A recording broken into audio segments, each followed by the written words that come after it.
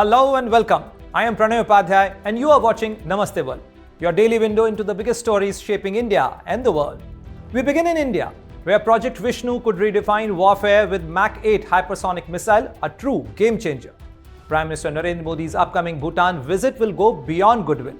From hydropower to quiet signals for China, it could reshape India's neighborhood policy. In the United States, three 22-year-olds become the youngest self-made billionaires as their startup Mercor rides the AI boom into a $10 billion empire. And finally, Rama Duvaji, a 28-year-old artist, is set to make history in New York City as its youngest First Lady, a role she never sought but now owns.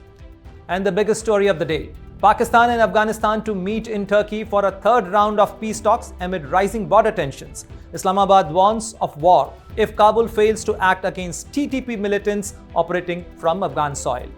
All that and more, global flashpoints, power plays and the stories that matter, coming up in this edition of Namaste World.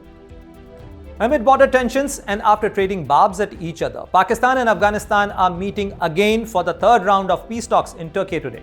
Ahead of the latest round of negotiation, Pakistani Defense Minister Khawaja Asif warned Afghanistan that if these talks fails, Pakistan might have no choice but to go for war with Taliban.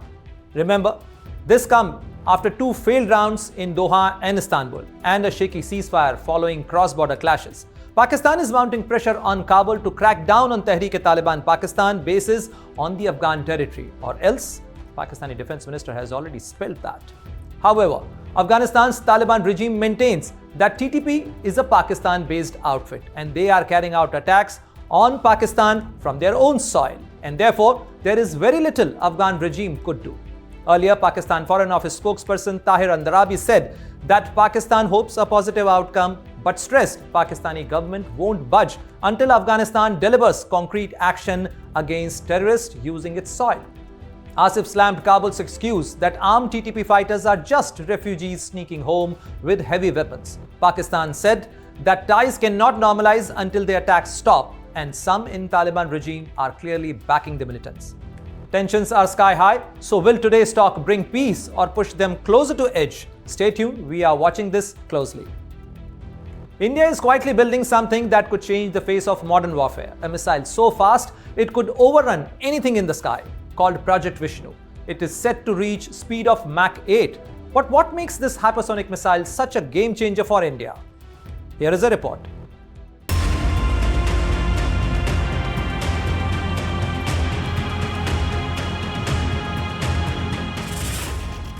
India is racing towards a new frontier in missile technology. Work on a scramjet engine is progressing well, and sources say the country is on track to field a hypersonic cruise missile that could redefine the battlefield. Project Vishnu, still under review by the Cabinet Committee on Security, chaired by PM Narendra Modi, marks India's first serious step into hypersonic weapons.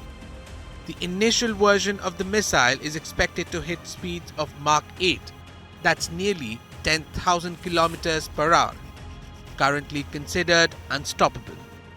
Officials call it a game changer in strategic capability. But hypersonic missiles are not just about raw speed. One of the biggest hurdles is heat. At these velocities, the air friction alone can melt a conventional structure. The Defense Research and Development Organization, or DRDO, has developed a thermal protection scheme to tackle this. The missile's titanium body will be coated with silica tiles to withstand the extreme temperatures. And it doesn't stop there. Engineers are conducting intensive wind tunnel studies to ensure drag doesn't slow the missile down. Every detail, from airflow to material endurance, matters when you're pushing 8 times the speed of sound. Sources say this is just the beginning. Later versions could push even higher, maybe Mach 10, a speed so fast interception becomes nearly impossible. Few nations are even close. Russia and China are developing hypersonic weapons, but theirs glide in the final stage, unlike India's envisioned continuous thrust cruise missiles. The US tried decades ago, but the technology wasn't ready at that time. For now, the missile remains in initial development. Once the CCS clears resources, the project will accelerate, but the groundwork is promising. When ready, Project Vishnu will join the arsenal of the Indian Air Force, giving India a rare and advanced hypersonic capability. In short, India is stepping into a new era of speed, precision, and strategic deterrence. Project Vishnu isn't just a missile, it's a statement. The future of warfare is hypersonic, and India is ready to lead. Bureau Report, India Today Global. Prime Minister Modi is all set to visit Bhutan later this month, and it's shaping up to be more than just a goodwill trip. From a massive new hydropower project to quite a message for China, this visit could redefine India's neighborhood strategy. So, what exactly makes this trip so significant? Watch this report. Prime Minister Narendra Modi is expected to visit Bhutan later this month for what is said to be a significant diplomatic and strategic moment in India's neighborhood policy. The visit is likely to include the formal inauguration of the Punat Sangchu second hydropower project, a massive 1020 megawatt plant that was fully commissioned in August. This will also coincide with the 78th birthday celebrations of Bhutan's fourth king, the father of the current monarch. If confirmed, this will be Modi's fourth visit to Bhutan since 2014, a clear sign of how important Thimphu is in India's regional strategy. Now, the Punat Sangchu second project is not just another ribbon-cutting ceremony. It is a major India-Bhutan joint venture. India funded the project entirely, 30% as a grant and 70% as a loan. The plant is expected to increase Bhutan's power generation capacity by a remarkable 40%.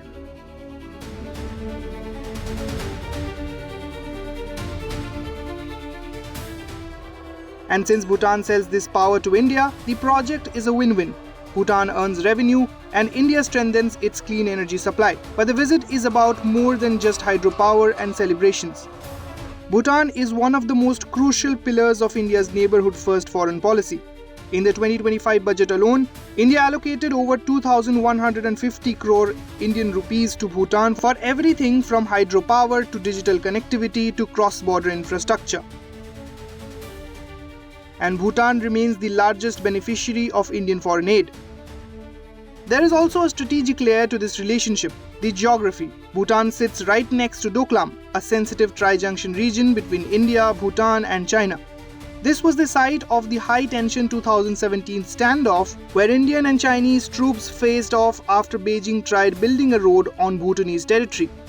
Since then, China has continued working to push Bhutan into boundary negotiations, especially in the northern and western sectors, including areas close to India's Siliguri corridor, also known as the Chicken's Neck, a narrow stretch that connects mainland India to the northeast. For India, ensuring Bhutan remains a strong, stable and friendly neighbor is not just diplomacy, it's national security. And for Bhutan, India is the most reliable partner for economic development, energy cooperation, infrastructure and defense support. The hydropower partnership is central to this bond. Projects like Tala, Chukha, Kurichu, Mangdechu and now Punat Sangchu II together produce over 2,000 megawatts of power. Hydropower alone accounts for nearly 40% of Bhutan's national revenue, most of it coming from India. So if Modi does travel to Bhutan this month, expect three main key takeaways: a symbolic reaffirmation of trust and friendship, a strong message to China that India's partnership with Bhutan remains firm, and a renewed push for clean energy and regional economic integration. This is diplomacy with deep roots and high voltage. With Farhan Khan, Bureau Report, India Today Global. Three 22-year-olds just did what even Mark Zuckerberg could not. They became the world's youngest self-made billionaires. Their startup, Merco, turned the AI boom into a $10 billion empire. But how did a small idea connecting Indian engineers turn into Silicon Valley's hottest success story? Here is a full report.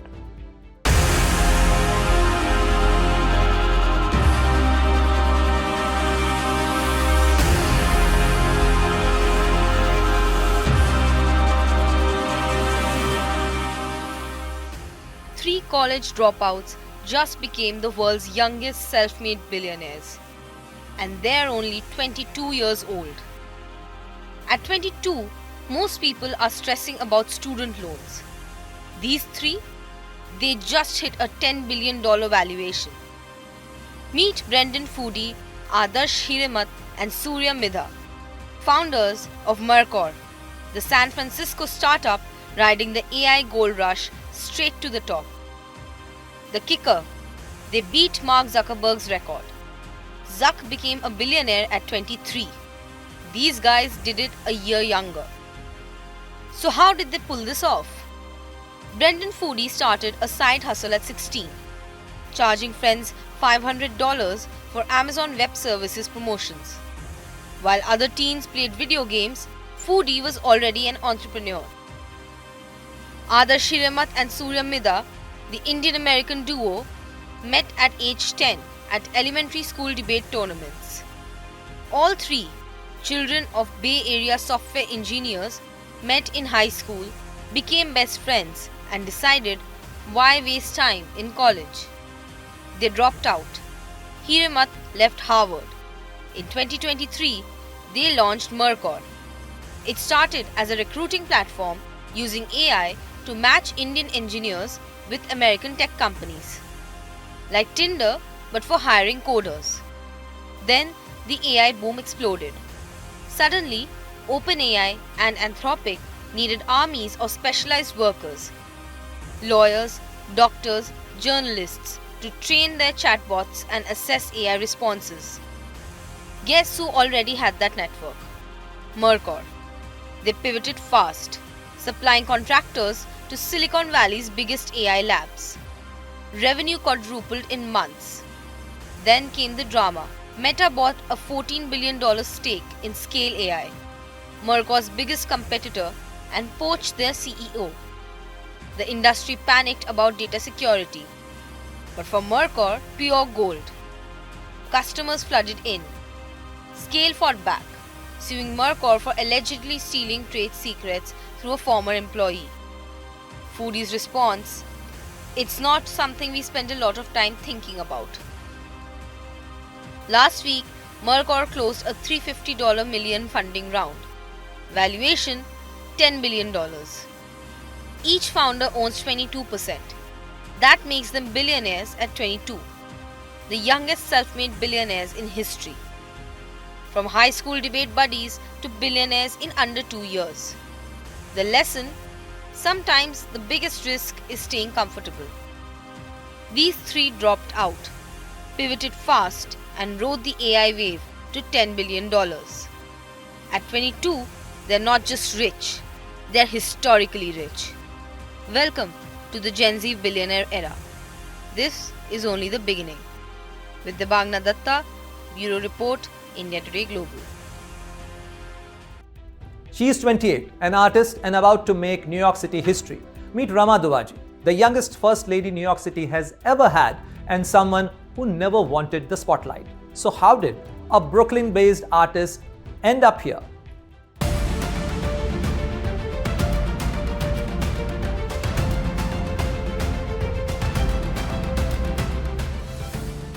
Meet Rama Duwaji. At just 28, she's about to become the youngest First Lady New York City has ever seen. But here's what makes her fascinating. She did not want any of this attention. Duwaji is a Syrian-American multimedia artist based in Brooklyn. And she's not just any artist. Her work has appeared in The New Yorker, The Washington Post, BBC, and London State Modern. Her illustrations explore identity, sisterhood, and Middle Eastern themes. Bold, political, and apologetic. She earned a master's degree from the School of Visual Arts and describes her work as examining the nuances of communal experiences through drawn portraiture and movement. Now, how did this acclaimed artist end up as New York's First Lady? A dating app, specifically Hinge. In 2021, Rama and Zohran matched, and as Mamdani later joked, there is still hope in those dating apps. By October 2024, they were engaged. That December, they had a lavish nikah ceremony in Dubai, overlooking the Burj Khalifa. All white florals, sunset views, pure romance. Then came a quiet civil ceremony at the New York City clerk's office. Just the two of them and a photographer. Simple and intimate. They followed it up with a 3-day celebration at Mamdani's family estate in Uganda. But Duwaji did not just marry a politician. She helped create one. Behind the scenes, she was instrumental in designing Mamdani's entire visual identity. Those bold campaign colors, yellow, orange, pink, that became his signature, her influence.